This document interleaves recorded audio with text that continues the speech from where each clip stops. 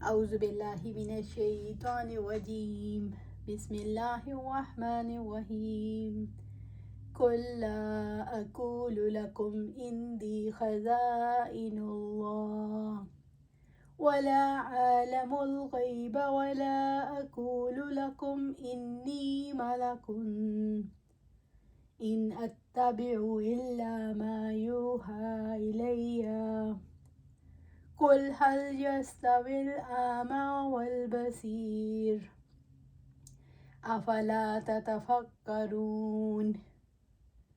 آپ کہہ دیں میں تم سے یہ نہیں کہتا کہ میرے پاس اللہ تعالیٰ کے خزانے ہیں، اور نہ ہی میں غیب کو جانتا ہوں، اور نہ میں تم سے یہ کہتا ہوں کہ میں یقیناً کوئی فرشتہ ہوں۔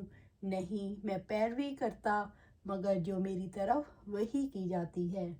آپ کہہ دیں کیا اندھا اور آنکھوں والا دونوں برابر ہوتے ہیں؟ تو کیا تم غور و فکر نہیں کرتے؟ سورۃ الانعام آیا 50۔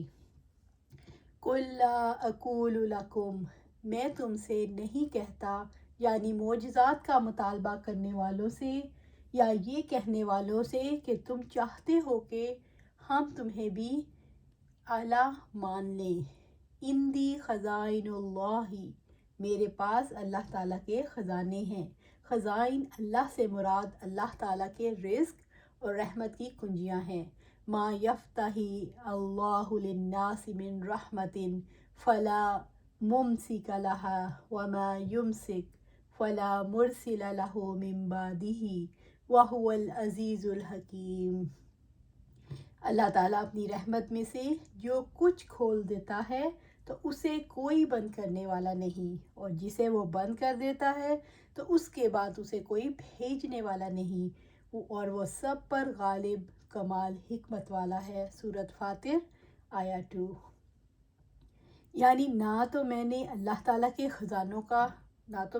خزانوں کا مالک ہوں، اور نہ مجھے ان میں تصرف کا اختیار ہے۔ ولا عالم الغیب، اور نہ ہی میں غیب کو جانتا ہوں۔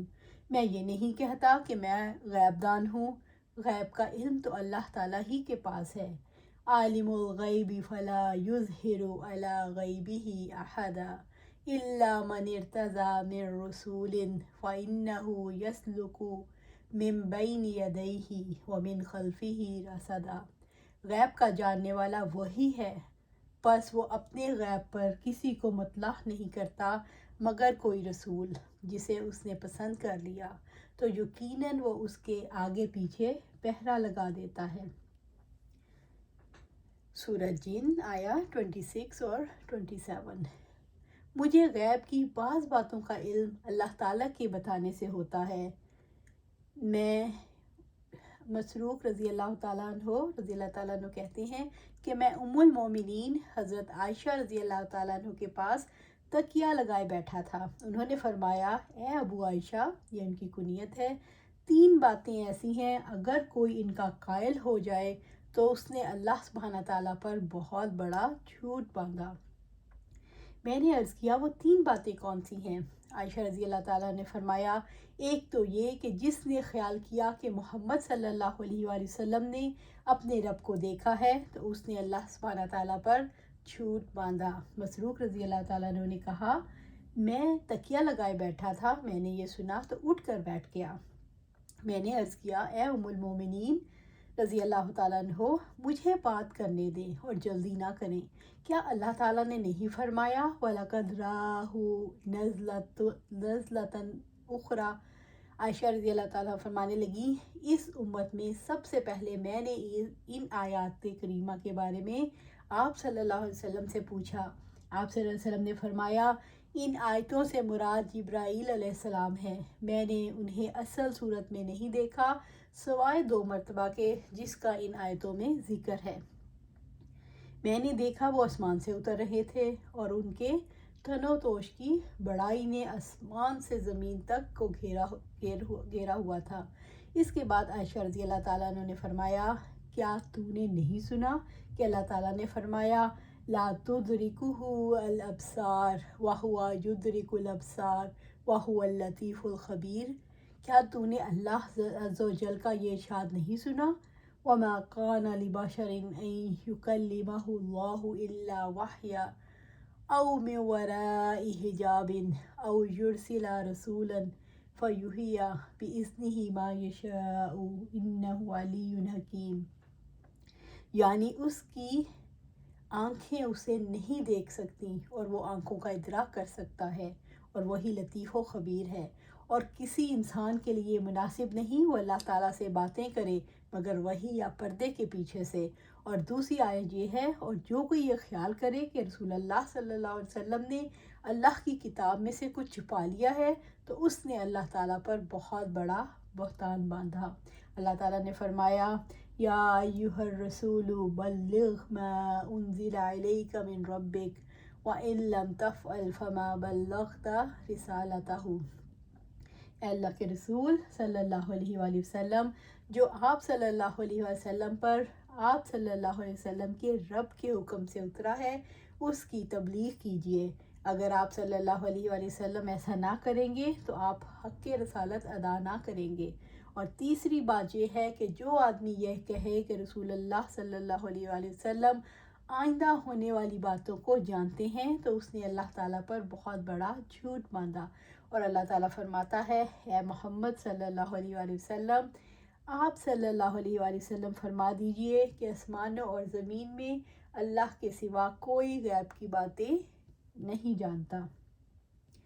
وَلَا أَقُولُ لَكُمْ إِنِّي مَلَكٌ، اور نہ میں تم سے یہ کہتا ہوں کہ میں یقیناً کوئی فرشتہ ہوں، یعنی میں فرشتوں کی طرح اللہ تعالیٰ کے تصرفات کو نافذ کرنے والا نہیں ہوں۔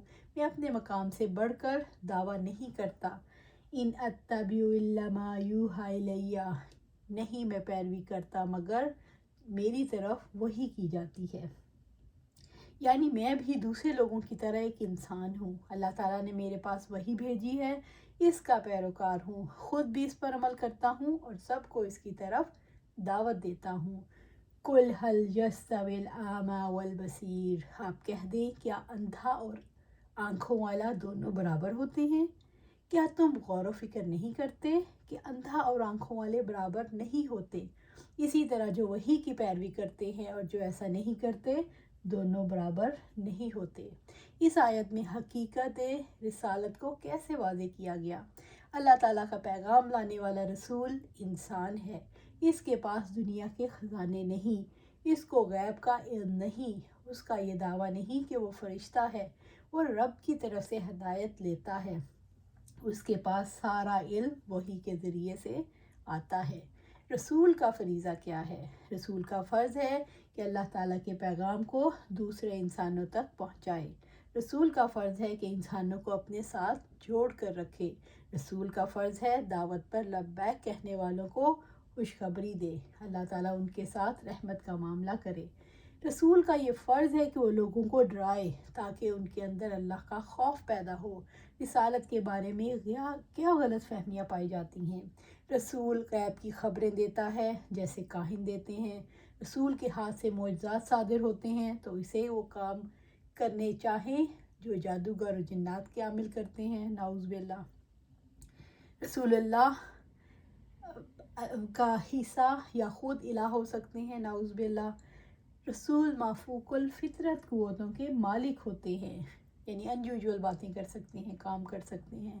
رسول اللہ سے مخالفین کیا مطالبات کرتے تھے؟ کفار مکہ نے رسول کریم صلی اللہ علیہ وآلہ وسلم سے مختلف اوقات میں 3 مطالبے پیش کیے تھے۔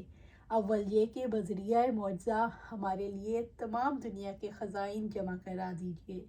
دوسرے یہ کہ ہمارے مستقبل میں پیش آنے والے تمام مفید یا مضر حالات و واقعات بتا دیجیے تاکہ ہم مفید چیزوں کو حاصل کرنے اور مضر صورتوں سے بچنے کا انتظام پہلے ہی کر لیا کریں۔ تیسرا یہ کہ ہماری سمجھ میں نہیں آتا کہ ہماری ہی قوم کا ایک انسان جو ہماری ہی طرح ماں باپ سے پیدا ہوا اور تمام بشری صفات یعنی کھانا پینا، بازاروں میں پھرنا وغیرہ بھی ہمارے ساتھ شریک ہے اور اللہ کا رسول صلی اللہ علیہ وسلم بن جائے۔ کوئی فرشتہ ہوتا جس کی تخلیق اور اوصاف ہم میں سے زیادہ ممتاز ہوتے تو ہم اس کو خدا تعالیٰ کا رسول اور اپنا پیشوا مان لیتے۔ کفار رسول صلی اللہ علیہ وآلہ وسلم سے مطالبہ کیوں کر رہے تھے؟ مطالبات کا مقصد اپنی دشمنی کو چھپانا تھا، یہ اصل میں نہ ماننے کے بہانے تھے۔ رسولوں سے کیے جانے والے مطالبات کن تصورات کی وجہ سے پیدا ہوتے ہیں؟ رسالت کی حقیقت اور رسول اللہ صلی اللہ علیہ وسلم کی شخصیت کے بارے میں پھیلی ہوئی جہالتوں کی وجہ سے اور اللہ تعالیٰ کی ہدایت کو چھوڑ دینے کی وجہ سے رسول اللہ صلی اللہ علیہ وسلم سے یہ مطالبات کیے گئے۔ اس آیت میں یہ بتانے کے بعد کہ رسول اللہ صلی اللہ علیہ وآلہ وسلم وہی سے ہدایت اخذ کرتے ہیں، یہ کہنا کہ حل یستوی الاعمی والبصیر، اندھے اور آنکھوں والے برابر نہیں ہوتے، کس طرف توجہ دلاتا ہے؟ اللہ تعالیٰ کی وحی یعنی قرآن اور سنت کا علم حاصل کرنا اس کی اتباع کے لیے ضروری ہے۔